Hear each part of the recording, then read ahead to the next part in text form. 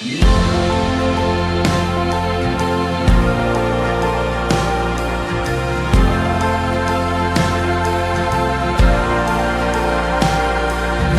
peace like a river attendeth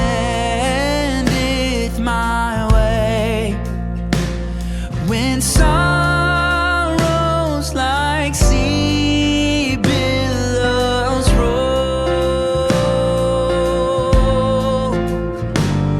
whatever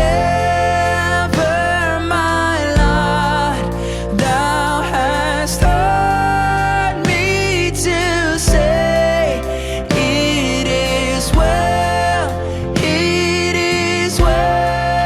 with my soul. It is well with my soul.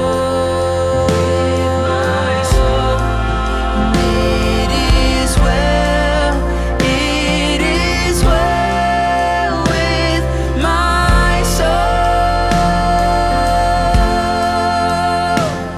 My sin, oh, the bliss of this glorious thought. My sin, not in part, but the whole,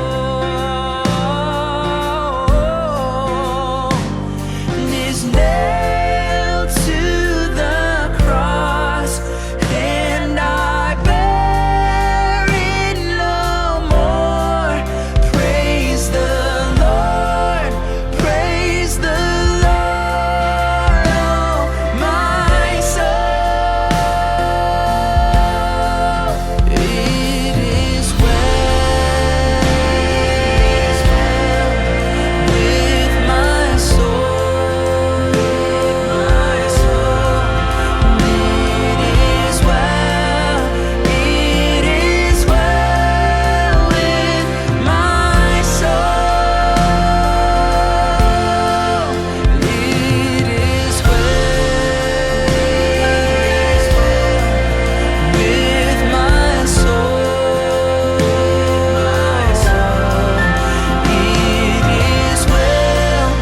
It is well with my soul.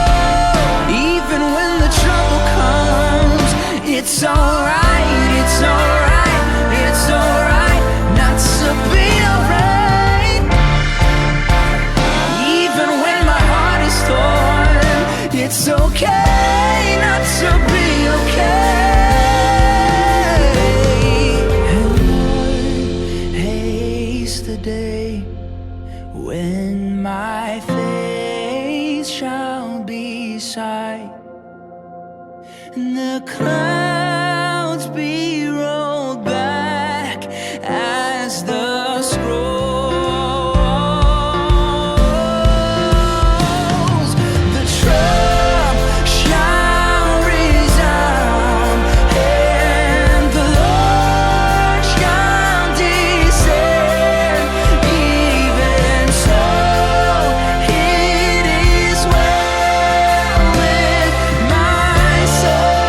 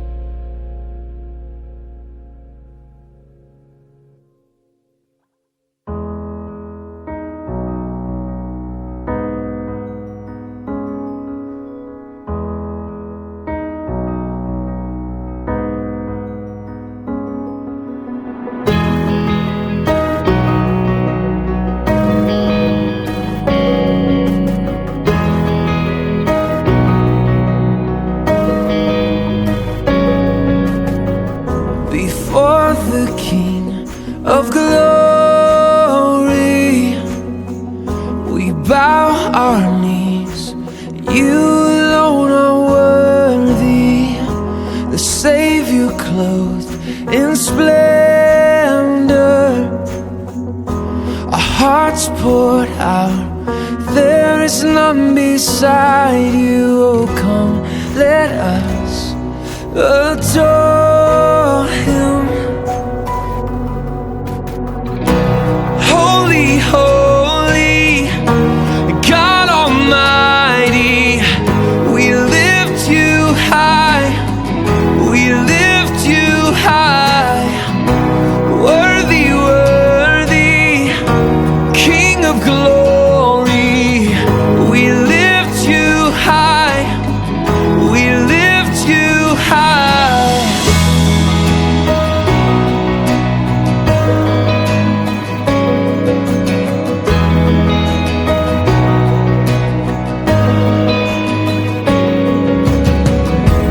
Peace within the battle,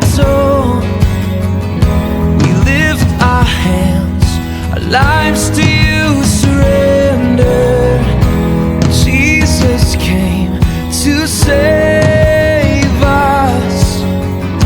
We bring our gifts, forever we will serve you. Oh, come, let us adore Him. Oh, come, let us adore Him. Holy, holy,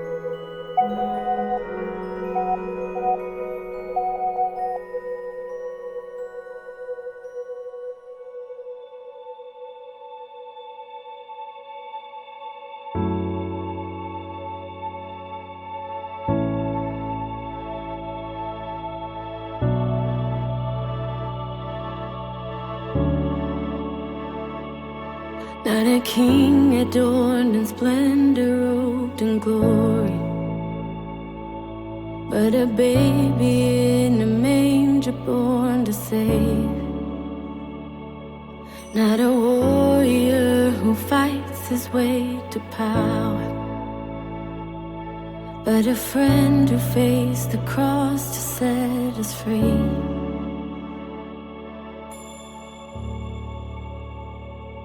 You are with us, you are with us in every moment. You are with us, you are Jesus, you are Jesus in every moment. You are with us.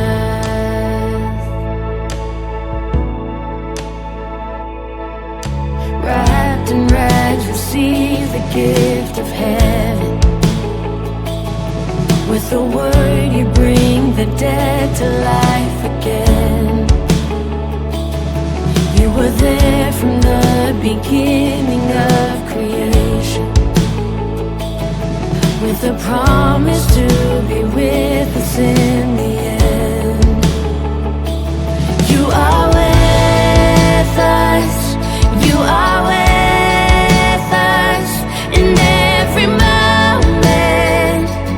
You are with us, you are Jesus, you are Jesus in every moment. You are with us. Selamat hari Minggu jemaat sekalian terkasih dalam Tuhan. Selamat datang di ibadah online Indonesian Christian Church. Kalau Anda pertama kali bergabung dengan kami di dalam ibadah online ini, selamat mengikuti apapun latar belakang Anda.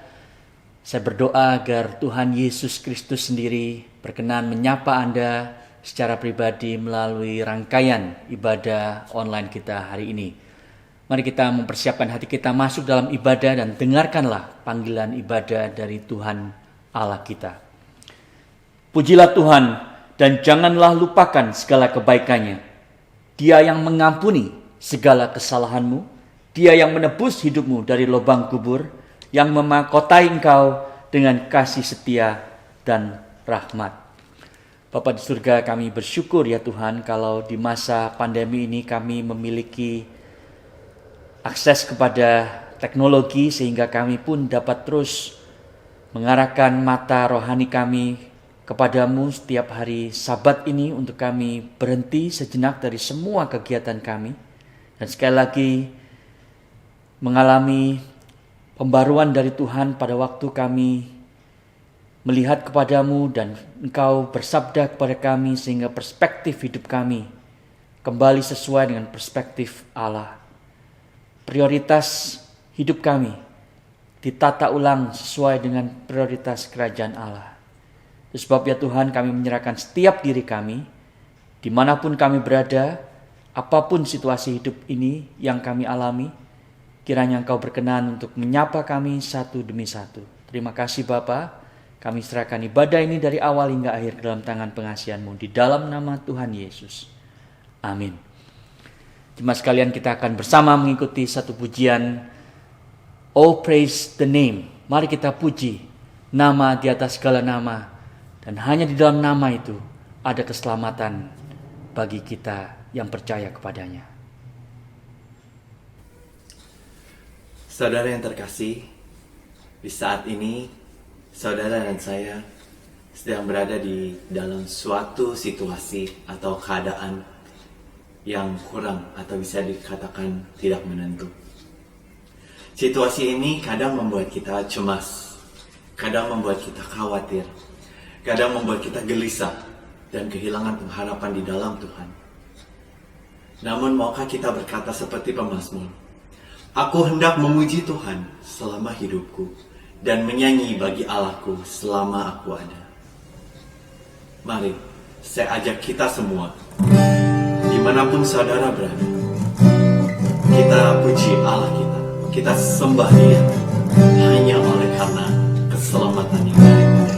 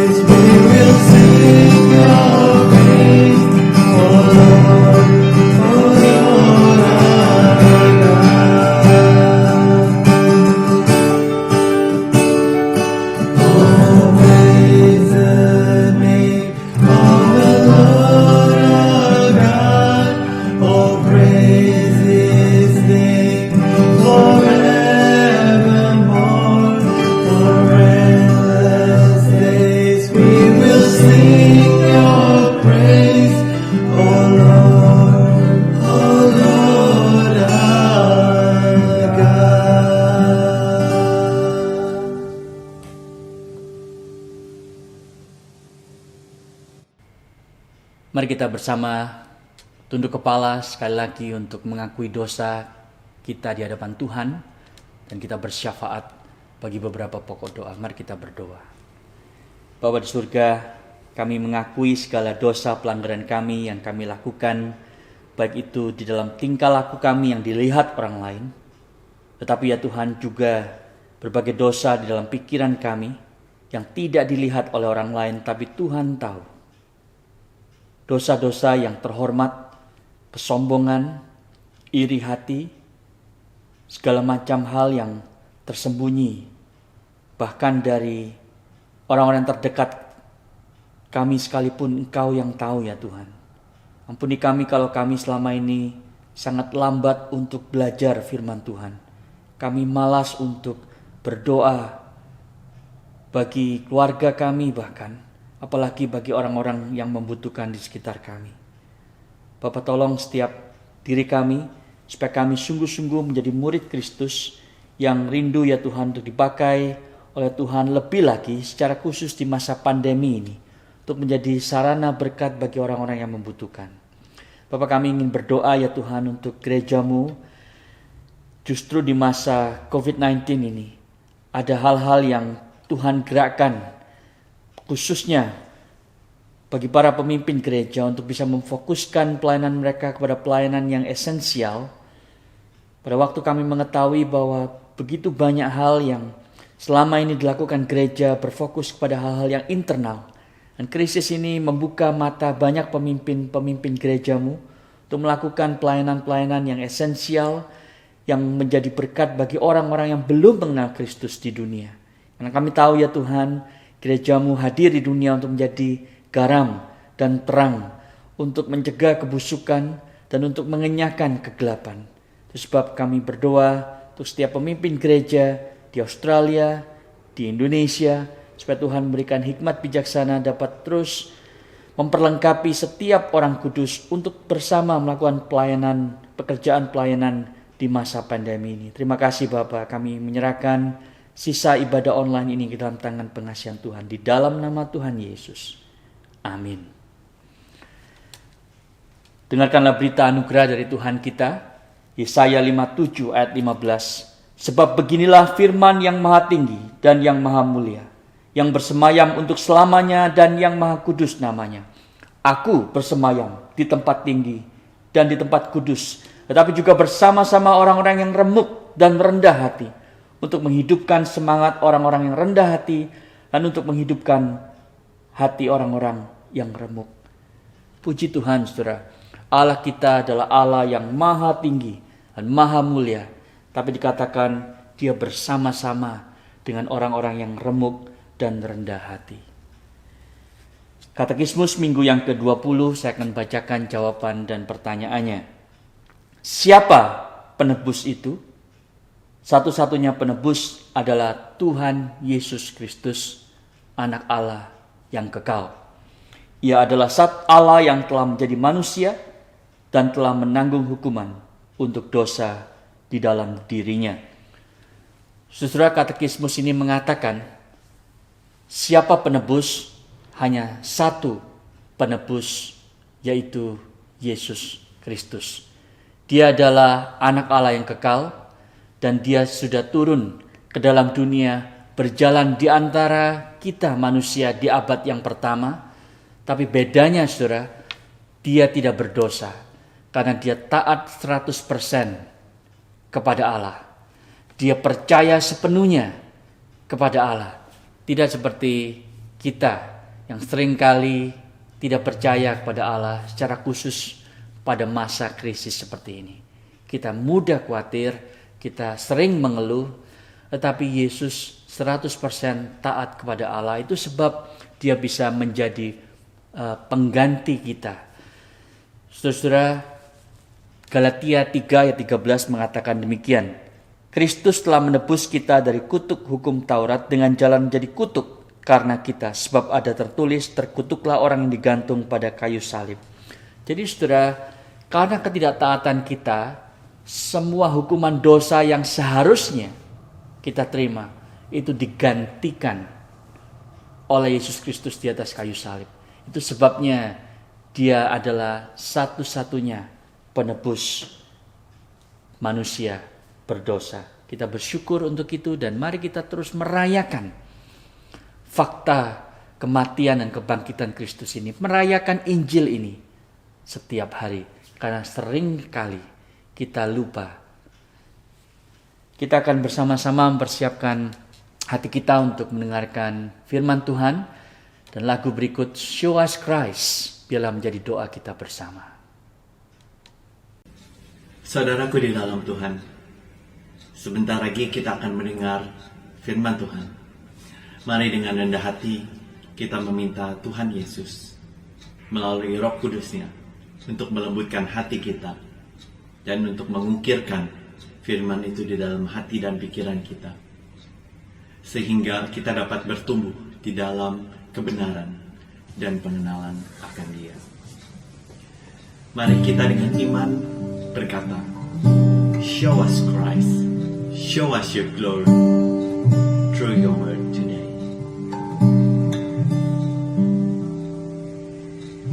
Prepare our hearts, oh God. Help us to receive. Break the heart and stony ground. Help our unbelief. Plant your word down deep enough, cause it to bear fruit. Open up our ears to hear. Lead us in your truth. Show us Christ.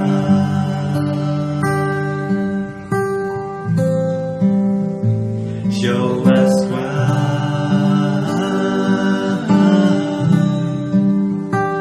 Oh God, reveal your glory through the preaching of your word, until every heart confesses Christ is Lord.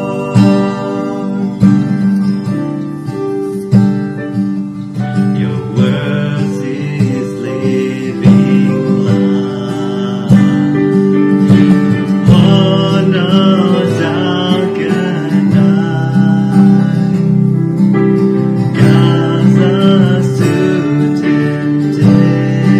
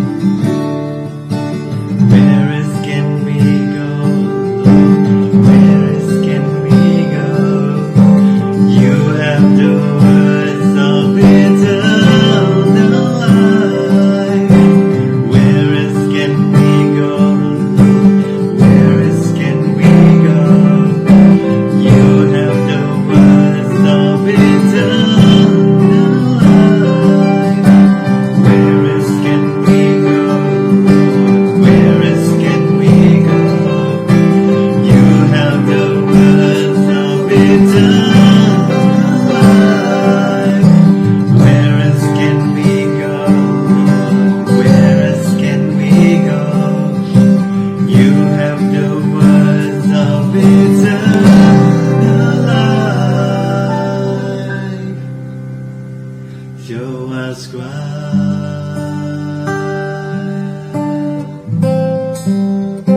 Show us Christ. Oh God, reveal your glory through the preaching of your word, until every heart confesses Christ is Lord.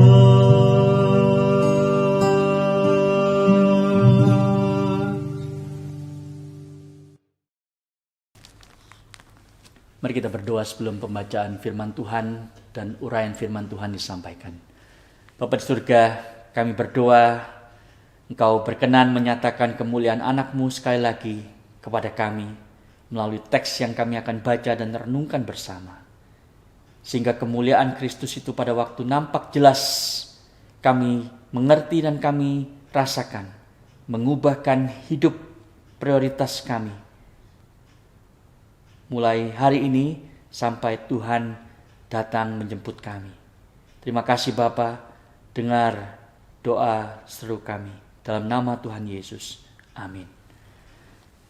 Saudara, hari ini kita akan melihat 1 Timotius 4 ayat 6 sampai 16. Dan ini adalah satu bagian firman Tuhan yang menolong kita untuk mengerti, saudara, bagaimana menjadi seorang pelayan Kristus Yesus yang baik. Saya akan bacakan ayat ini, silakan saudara mendengarkannya dengan seksama.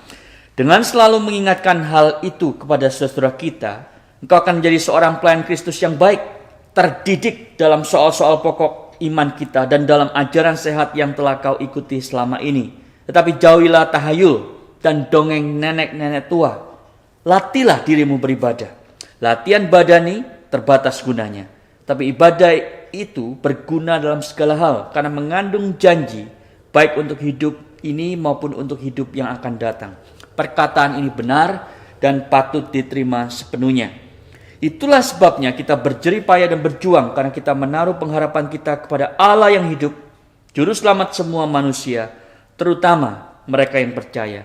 Beritakanlah dan ajarkanlah semuanya itu. Jangan seorang pun menganggap engkau rendah karena engkau muda, tetapi jadilah teladan bagi orang-orang percaya dalam perkataanmu, dalam tingkah lakumu, dalam kasihmu, dalam kesetiaanmu, dan dalam kesucianmu. Sementara itu sampai aku datang, bertekunlah dalam membaca kitab-kitab suci, dalam membangun dan dalam mengajar. Jangan lalai dalam mempergunakan karunia yang ada padamu, yang telah diberikan kepadamu oleh nubuat dan dengan penumpangan tangan sidang penatua. Perhatikanlah semua itu. Hiduplah di dalam kemajuanmu, hiduplah di dalamnya supaya kemajuanmu nyata kepada semua orang. Awasilah dirimu dan awasilah ajaranmu, bertekunlah dalam semuanya itu, karena dengan berbuat demikian engkau akan menyelamatkan dirimu dan semua orang yang mendengar engkau. Jemaat sekalian, kita sering mendengar istilah mati satu, tumbuh 1000. Ya, mati satu, tumbuh 1000. Tetapi dalam konteks pelayanan gereja yang seringkali terjadi adalah sebaliknya, saudara. Jatuh satu, mati 1000. Maksud saya dengan jatuh satu, mati 1000 adalah setiap kali ada seorang pemimpin Kristen yang jatuh di dalam dosa, yang menghiasi halaman surat kabar. Setiap kali ada satu pemimpin Kristen yang jatuh, ada 1000 orang yang belum percaya, yang semakin sinis terhadap Injil, semakin apatis terhadap gereja, semakin skeptis terhadap Kristus. Bahkan seringkali ada 1000 orang lain lagi yang sudah percaya. Mereka menjadi kecewa terhadap Tuhan, meninggalkan gereja, dan malah berkeputusan untuk menjadi ateis. Jemaat sekalian terkasih dalam Tuhan, kesaksian hidup seorang pemimpin Kristen yang tidak dijaga akan berdampak kekal dan fatal. Itulah sebabnya pada waktu Paulus berkata kepada Timotius, jadilah seorang pelayan Tuhan Yesus Kristus yang baik. Itu kita baca tadi. di ayat yang ke-6. Bagian itu diakhiri dengan ayat yang ke-16. Awasilah dirimu dan awasilah ajaranmu.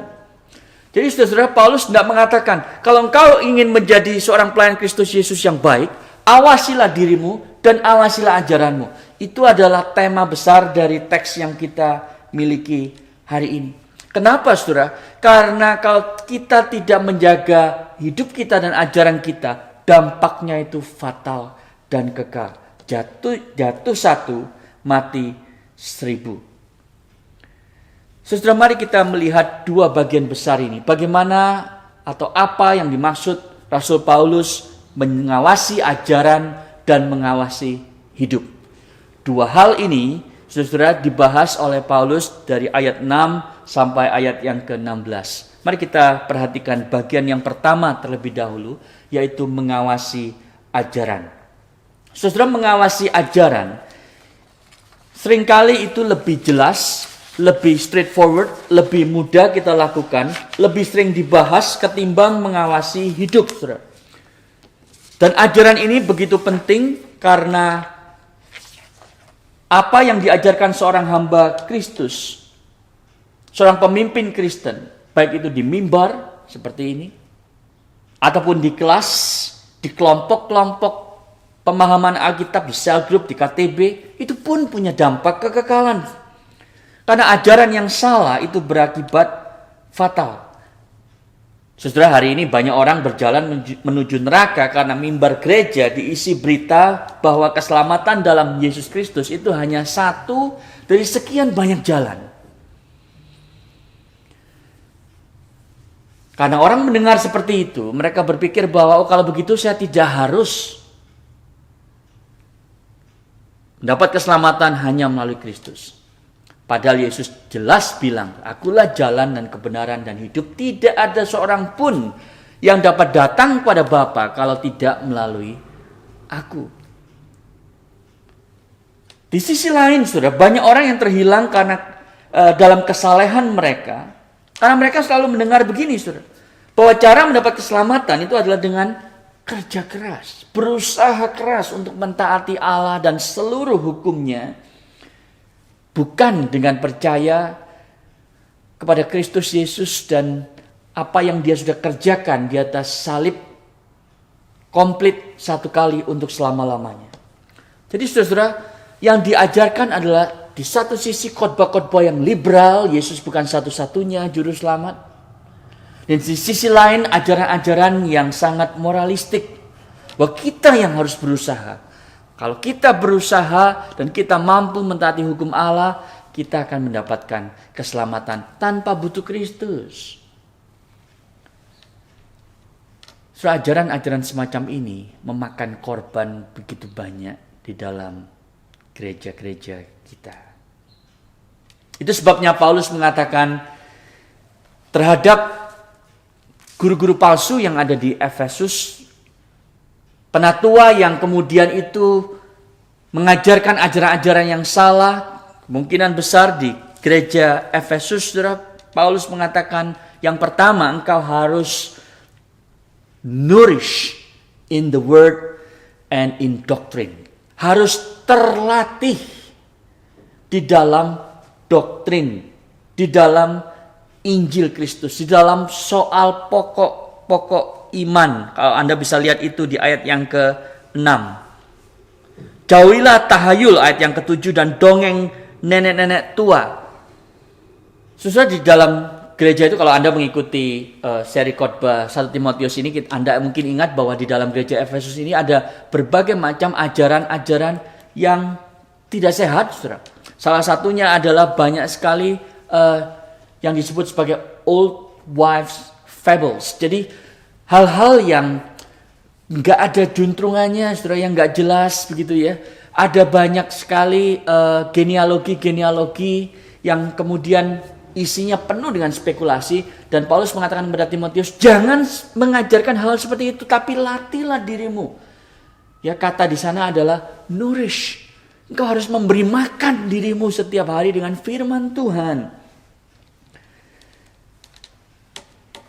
Kemudian di ayat 13 Paulus bilang begini, sampai aku datang bertekunlah dalam membaca kitab-kitab suci, dalam membangun, dalam mengajar. Saudara-saudara, intinya adalah apakah Anda setiap hari, kalau Anda ingin menjadi pelayan Kristus yang baik, itu berada di dalam firman Tuhan. Anda melakukan apa yang dulu waktu saya mahasiswa selalu diberitahu HPDT. Ada hubungan pribadi dengan Tuhan melalui quiet time, melalui devotional di waktu pagi yang Anda lakukan dan doa yang Anda lakukan.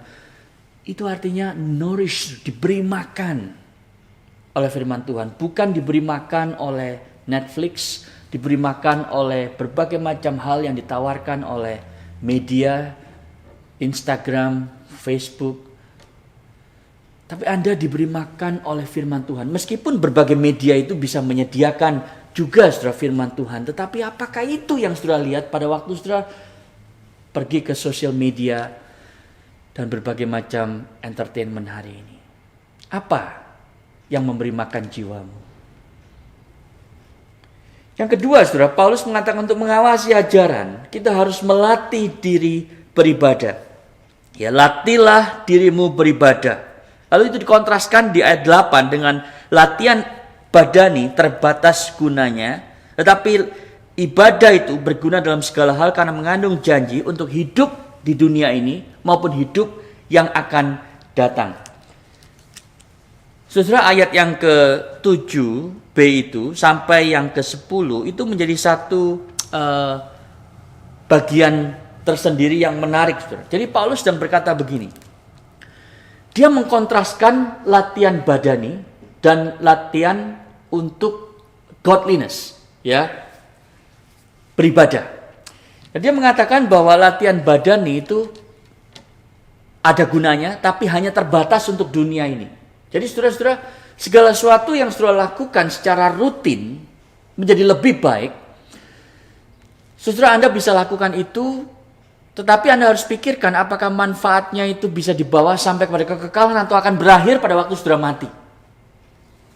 Apa misalnya saudara? Kalau saudara itu memiliki berbagai macam disiplin supaya misalnya saudara itu bisa mendapatkan nilai yang baik. Jadi belajar dengan baik untuk kuliah, untuk nilai GPA kumulatif Anda.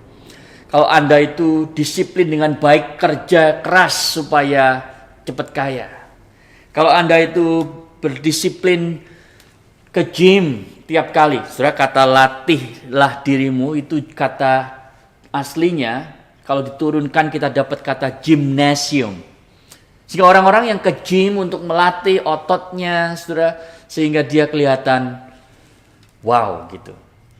Saudara, semua itu akan berakhir pada waktu kita mati. Jadi Paulus berkata, latihan badani apapun yang kita lakukan untuk hidup yang sekarang ini terbatas. Umur kita 80 tahun berarti batasnya 80 tahun.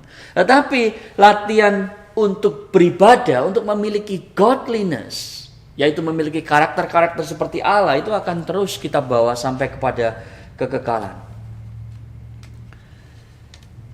Saudara, di dalam slide berikutnya, dunia kita itu mengenal hari ini, saudara ya, kalau Anda baca buku-buku manajemen, ada yang disebut sebagai 10,000 hours rule.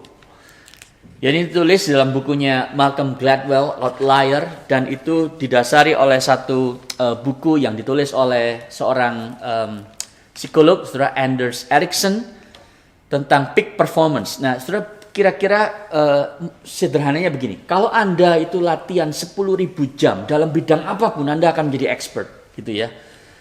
Entah Anda adalah seorang violinis, sebetulnya ini adalah studi seorang violinis, saudara. Jadi semua violinis itu ketika ditanya berapa lama mereka itu belajar bermain violin, ternyata mereka sudah pakai waktu sekitar 7.000-8.000 jam sebelum mereka berusia 20 tahun.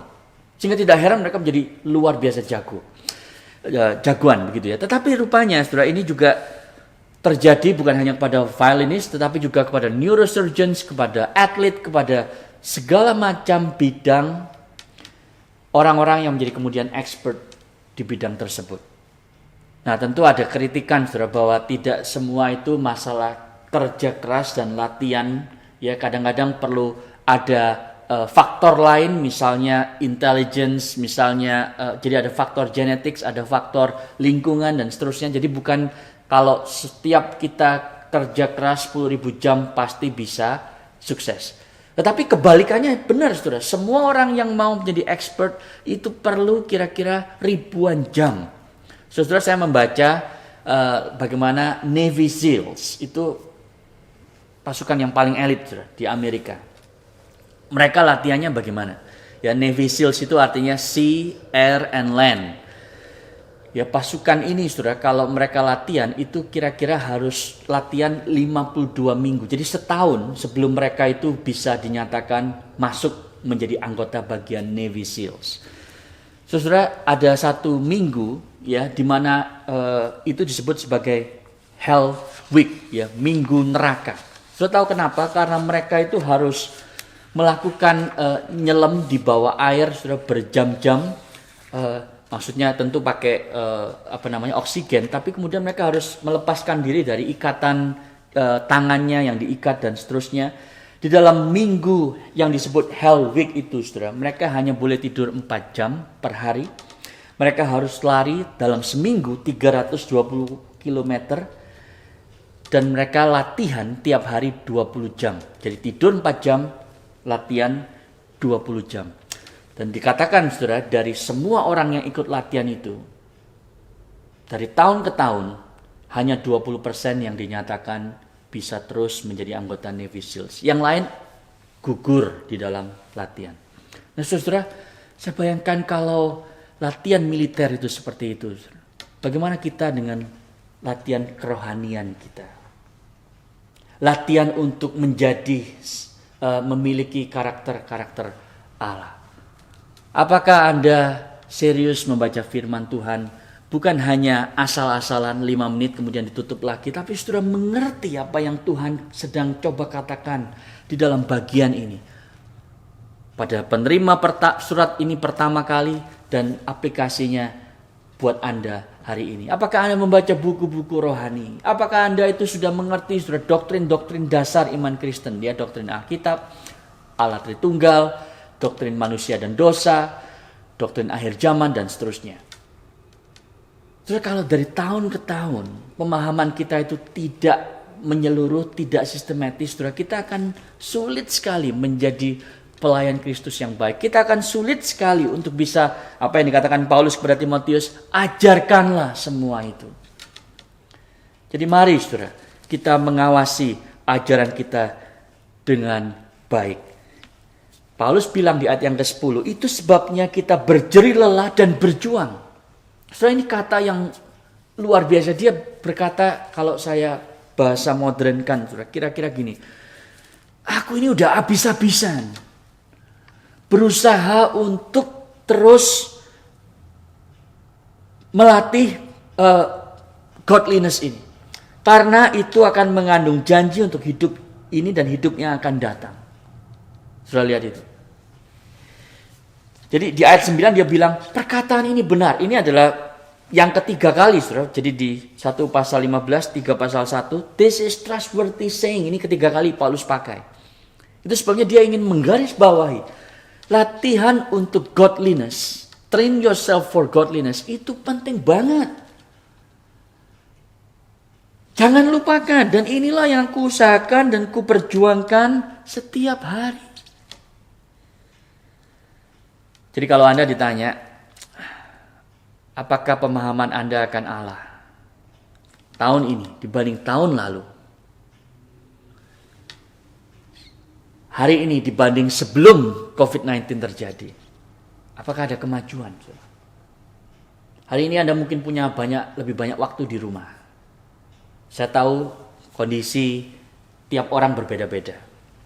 Tetapi apakah Anda memakai waktu work from home, isolation ini, untuk semakin membaca firman Tuhan, bermeditasi, dan membiarkan itu masuk mempengaruhi pikiran kita, mengubahkan cara pandang kita.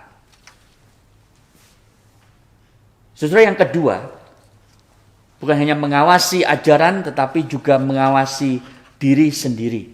Sesuatu mengawasi diri atau mengawasi hati itu jauh lebih abstrak dan lebih sulit aplikasinya. Setelah berkhotbah rutin saudara lebih dari 15 tahun di ICC, saya semakin menyadari bahwa studi doktrin itu jauh lebih mudah daripada studi hati. Lebih menyenangkan membaca komentari Alkitab untuk memahami sebuah kebenaran daripada melakukan sebuah introspeksi yang mendalam terhadap motivasi hati saya. Lebih mudah saudara memikirkan aplikasi teks khotbah untuk orang lain, untuk Anda, daripada menerapkannya pada diri saya sendiri. Tetapi saudara, ini yang Paulus katakan kepada Timotius yang ditinggal di Efesus. Engkau harus bukan hanya mengawasi ajaran, tapi mengawasi dirimu. Karena ingat, akibatnya itu fatal. Engkau akan menyelamatkan dirimu dan orang lain. Itu sebab kalau engkau tidak mengawasi dirimu, orang lain itu akan terhilang karena itu. Saudara, ada dua hal yang Paulus sebutkan di sini secara khusus, yaitu yang pertama, jadilah teladan. Jadi awasilah dirimu supaya engkau terus menjadi teladan. Jangan seorang pun menganggap engkau rendah karena engkau muda, Timotius. Kemungkinan dia itu usianya 30 sampai 35 tahun. Jadilah teladan bagi orang percaya dalam 5 hal. Perkataanmu, tingkah lakumu, kasihmu, kesetiaanmu, dan kesucianmu. Saudara, perkataan itu bilang soal ngomong itu jangan pelin-pelan.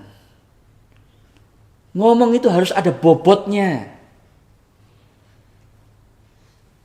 Jangan selalu jadi orang yang cengengesan. Saudara, saya tahu di dalam budaya Indonesia kita ini suka bergurau, ngejok. Itu it's okay, saudara. Saya pun senang ngejok dan seterusnya. Tapi saudara, sebagai seorang yang mau dipakai Tuhan menjadi pemimpin Kristen, sebagai seorang pelayan Kristus yang baik, kita jangan terus-menerus saudara, cengengesan, dan orang itu akhirnya tidak pernah menganggap kita serius. Jadilah teladan dalam perkataanmu. Perkataanmu bisa dipegang. Kalau orang itu kepengin nasihat karena dia bingung, dia datang kepada Anda. Kalau orang itu minta kejelasan, dia datang kepada Anda. Kalau orang itu sedang ada masalah, dia datang kepada Anda. Kenapa? Karena dia tahu. Seperti pengamsal bilang, bibir orang benar itu menggembalakan banyak orang. Area yang kedua, saudara, dalam tingkah lakumu. Artinya, saudara, tingkah laku kita itu adalah tingkah laku yang sama dengan apa yang kita ajarkan. Ada integritas. Kemudian yang ketiga, di dalam kasihmu. Kita tidak mengasihi uang dan ketenaran, tapi kita mengasihi orang-orang yang Tuhan percayakan di sekitar kita, baik di rumah, keluarga biologis maupun di gereja keluarga iman kita. Yang keempat, di dalam area kesetiaan. Ini maksudnya, saudara, kalau Anda janji, Anda akan menepati. Dan Anda tidak mudah pindah-pindah di dalam apa yang Anda katakan. Yaitu artinya Anda faithful. Yang terakhir, dalam kesucian itu di area moral dan seksual. Jadi saudara, Paulus mengatakan kepada Timotius, bahwa kalau engkau harus mengajarkan hal ini kepada yang lain, cara yang paling efektif untuk mengajarkan adalah selain melakukannya secara verbal, itu adalah dengan teladanmu. Ya, ada orang yang menulis begini, saudara, bahwa example is the most powerful rhetoric. Jadi retorika yang paling berdampak pada orang lain itu adalah melalui kesaksian hidup, teladan hidup. Saudara, mari kita jujur di hadapan Tuhan. Kalau ada 5 orang yang paling dekat dengan Anda, ditanya tentang Anda, bagaimanakah Anda akan dinilai dari 0 sampai 10 di dalam perkataanmu, tingkah lakumu, kasihmu, kesetiaanmu, dan kesucianmu? Apakah Anda menjadi teladan bagi mereka? Yang berikutnya, saudara, mengawasi diri itu dalam artian kita mempergunakan karunia Allah yang ada dalam diri kita. Jangan lalai mempergunakan karunia yang ada padamu. Saudara, karunia ini mungkin karunia melayani, karunia mengajar. Ada dua cara kita tidak memakainya dengan baik, yaitu waktu kita disuse atau misuse gitu ya. Misuse or lack of use, dua itu. Jadi Anda tidak menggunakannya atau Anda salah menggunakannya. Misalnya untuk popularitas diri sendiri, untuk mencuri kemuliaan Allah. Itu Anda salah menggunakan karunia Anda. Dan tidak sedikit saudara orang yang punya karunia berkhotbah kemudian memakai karunia itu untuk mencari kemuliaan diri sendiri. Tetapi kemungkinan besar kalau anak-anak muda hari ini bukannya salah menggunakan itu, tetapi tidak menggunakan itu. Karunia itu, Paulus berkata di 2 Timotius, harus dikobarkan. Flame the fan. Supaya karuniamu itu menjadi berkat bagi semua orang. Dan luar biasa saudara, Tuhan itu memberikan semua karunia yang dibutuhkan di dalam setiap local church, gereja lokal. Sehingga setiap jemaat itu dibangun. Jadi kalau ada gereja yang jemaatnya itu rohaninya mandek seperti bonsai, itu berarti saudara, orang-orang di dalam gereja itu tidak memakai karunianya dengan full. So, jangan salahkan pendetanya, tetapi anggota-anggotanya itu tidak saling memakai karunianya untuk melayani satu dengan lain, satu sama lain menuju kedewasaan dalam Kristus. Saudara, itu tandanya bahwa kita itu kemudian serius. Saudara perhatikan, Paulus berkata begini, perhatikanlah semuanya itu. Ya, itu ada di ayat yang ke-15. Perhatikanlah semuanya itu, hiduplah di dalamnya supaya kemajuanmu nyata. Supaya kemajuanmu nyata kepada semua orang. Saudara, hanya ada dua kemungkinan tentang iman kita, perjalanan rohani kita. Ya, imanmu itu maju dan orang itu bisa lihat kemajuanmu, atau imanmu itu kandas. You making a shipwreck of your faith. Itu yang Paulus katakan bukan? Di pasal yang pertama ayat yang ke 19. Beberapa orang telah menolak hati nuraninya yang murni itu, dan karena itu kandaslah iman mereka. Jadi Paulus berkata kepada Timotius, jangan kau menjadi orang seperti mereka yang imannya kandas, tetapi imanmu harus maju dan kemajuanmu itu dilihat oleh semua orang. Saudara, ini menarik sekali. Kadang-kadang kita itu mengatakan begini, oh saya nggak mau jadi orang yang sombong. Saya nggak mau menunjukkan bahwa saya itu sudah melakukan ABCD, bertumbuh di dalam doktrin dan seterusnya. Tapi Paulus di sini justru mengatakan, jadilah teladan, itu berarti orang lain lihat. Biarlah kemajuanmu itu dilihat jelas sama semua orang. Seseorang harus tahu. Bagaimana taunya? Oh, pada waktu orang lihat, pelayanannya sekarang jauh lebih efisien dan efektif. Oh, apa yang dia katakan itu selalu sekarang lebih membangun orang lain. Dulu menjatuhkan orang lain karena yang dikeluarin dari mulutnya itu gosip, ya, mencibir orang lain. Sekarang yang dikeluarkan dari mulutnya itu adalah hal-hal yang membangun orang lain. Setelah itu orang bisa saksikan dari diri kita. Jadi saudara, pertanyaannya adalah apakah imanmu itu menuju kepada kekandasan atau kepada kemajuan? Itu pertanyaan yang harus Anda pikirkan baik-baik di hadapan Tuhan. Jadi awasilah ajaranmu dan awasilah dirimu. Dan saudara, yang terakhir di ayat yang ke-16, bertekunlah dalam semuanya itu, karena dengan berbuat demikian kamu akan menyelamatkan dirimu dan semua orang yang mendengar engkau. Jadi saudara, bukan hanya kita harus mengawasi ajaran dan hati kita itu kira-kira sebulan sekali atau minimal seminggu sekali di gereja waktu kebaktian seperti ini. Tapi bertekunlah. Lakukan itu terus-menerus. Saudara, hari-hari ini saya sedih mendengar berita karena Ravi Zacharias, seorang apologet yang Tuhan pakai luar biasa bagi generasi ini, sekarang sedang sakit dan sakit keras. Saudara, berita terakhir itu dia sedang menunggu hari karena kanker, dan kita berdoa untuk dia. Tetapi saudara, hidupnya itu mempengaruhi banyak orang, dan salah satu hal dari banyak hal yang dia tulis yang saya selalu ingat adalah moto pelayanan yang dia terapkan pada dirinya sendiri. Raffi menulis begini, saudara, "The minister of God who is called by God, appointed by God, anointed by God is assumed guilty until proven innocent."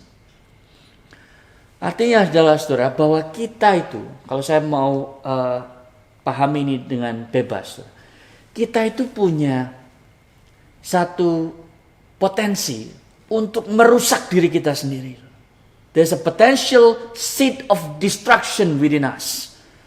Itu sebab kita itu harus terus assume guilty. Kita akan berdosa lagi, kita akan bersalah lagi di hadapan Tuhan sampai kita itu proven innocent di hari Tuhan. Itu sebabnya kita harus terus mengawasi ajaran kita, mengawasi diri kita. Karena ada dosa di dalam diri kita. Saudara, kalau kita mau jujur di hadapan Tuhan, kita itu sering gagal mengawasi ajaran dan hati kita untuk bertekun dalam semua itu. Dan kemungkinan besar, kalau Anda seperti saya, kita akan gagal lagi. Itu sebabnya saudara-saudara, kita bersyukur keselamatan diri kita dan keselamatan orang lain itu tidak tergantung kepada betapa intensif kita menjaga diri kita dan menjaga ajaran kita. Tetapi keselamatan diri kita dan keselamatan orang lain itu bergantung hanya kepada Yesus Kristus. Saudara, memang di sana dikatakan dengan demikian engkau akan menyelamatkan dirimu dan orang lain.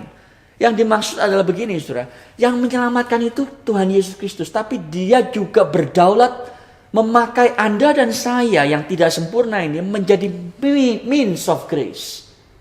Alat untuk menyatakan anugerahnya. Dan saudara, kalau kita itu mengawasi hati dan mengawasi ajaran, itu adalah tanda, itu adalah konsekuensi bahwa Anda dan saya sudah diselamatkan oleh Tuhan. Tetaplah kerjakan keselamatanmu dengan fear and trembling, kata Rasul Paulus. Itu artinya, saudara, bahwa bukti kita sudah diselamatkan. Bukti kita sudah mengenal kasih karunia Allah dalam Kristus Yesus adalah kita itu terus menjaga hati dan menjaga ajaran kita. Dengan begitu, saudara, orang lain itu tertarik datang pada Kristus dan mereka pun akan diselamatkan oleh Kristus. Saudara, kita bersyukur bahwa keselamatan diri kita dan keselamatan orang lain hanya ada di dalam satu nama di bawah kolong langit ini, yaitu nama Tuhan Yesus. Saudara, maukah Anda datang kepada Tuhan pagi hari ini berkata, Tuhan, aku sudah begitu lama ikut Tuhan, tetapi tidak pernah serius. Dan pagi hari ini aku mau kembali kepadamu. Menjaga hatiku apakah sungguh bertaut dengan Tuhan. Dan menjaga ajaranku untuk terus bertumbuh. Melatih diriku beribadah. Mari kita tunduk kepala, kita berdoa. Bapa di surga, kami bersyukur ya Tuhan untuk firman-Mu. Kepada Timotius yang masih muda, yang diberikan otoritas untuk mengajar orang lain, untuk menjadi pemimpin bagi jemaat-Mu. Apa yang Paulus katakan kepada dia berlaku bagi kami ya Tuhan. Tolong kami untuk mengawasi ajaran kami, semakin bertumbuh di dalamnya. Memberi makan jiwa kami dengan firman Tuhan. Tetapi kami juga mengawasi hati kami ya Tuhan. Menjadi teladan bagi orang lain dalam setiap area kehidupan kami. Sehingga melalui apa yang kami tampilkan, orang tertarik datang kepada Kristus. Namun kami tahu kami gagal dan gagal lagi. Dan kami bersyukur bahwa Kristus tidak pernah gagal mentaati hukum Allah. Kami bersyukur bahwa keselamatan kami tidak bergantung kepada berapa intensif kami mengikuti hukum Allah. Tetapi keselamatan kami bergantung pada Kristus Yesus. Itu sebab ya Tuhan, kalau Engkau mengajak kami, memakai kami menjadi means of grace, Bapak, ini sebuah privilege yang besar. Itu sebab tolong kami untuk mengawasi diri kami dan ajaran kami. Dengar doa kami ya Bapa, dalam nama Tuhan Yesus. Amin. Cuma sekalian ada beberapa pengumuman yang saya ingin sampaikan. Yaitu yang pertama, persekutuan doa online akan diadakan setiap hari Rabu jam 7 sampai jam 8. Saya mengundang setiap kita untuk ambil bagian di dalamnya. Yang kedua, saudara, Sabtu depan 23 Mei kita akan bersama memiliki kesempatan yang baik untuk mendengarkan webinar yang akan dibawakan oleh Dr. Danny Chia. Dia adalah Child and Adolescent Psychiatrist yang akan membawakan tentang bagaimana firman Tuhan menolong orang-orang yang mengalami mental health issues, khususnya di masa pandemi ini. Jadi kalau Anda ingin menjadi berkat bagi orang lain, ikuti webinar ini hari Sabtu jam 4 sampai jam 6 sore. Yang ketiga, saudara, persembahan dan perpuluhan dapat dilakukan melalui bank transfer yang detailnya ada di layar Anda. Dan yang terakhir, Gospel Talk. Kalau Anda punya pertanyaan, mau diskusi, kita akan bersama ngobrol setelah kebaktian online ini selesai jam 11.45 melalui Zoom. Demikian juga kalau Anda belum bergabung dengan kami di sosial media, hashtag gereja adalah @ICC Melbourne di Facebook maupun Instagram, dan juga di grup WA yang Anda bisa bergabung. Demikian saudara pengumuman, mari kita persiapkan hati kita untuk menerima doa berkat. Allah dan Kristus Yesus yang akan menghakimi orang yang hidup dan yang mati, akan memberkati dan menopang kehidupanmu, keluargamu, pekerjaanmu, dan imanmu, agar engkau dapat menjadi pelayan Kristus yang baik dan dapat menjadi teladan bagi kawanan domba Allah mulai dari hari ini sampai Yesus datang kedua kalinya. Amin. Selamat hari Minggu, Tuhan memberkati.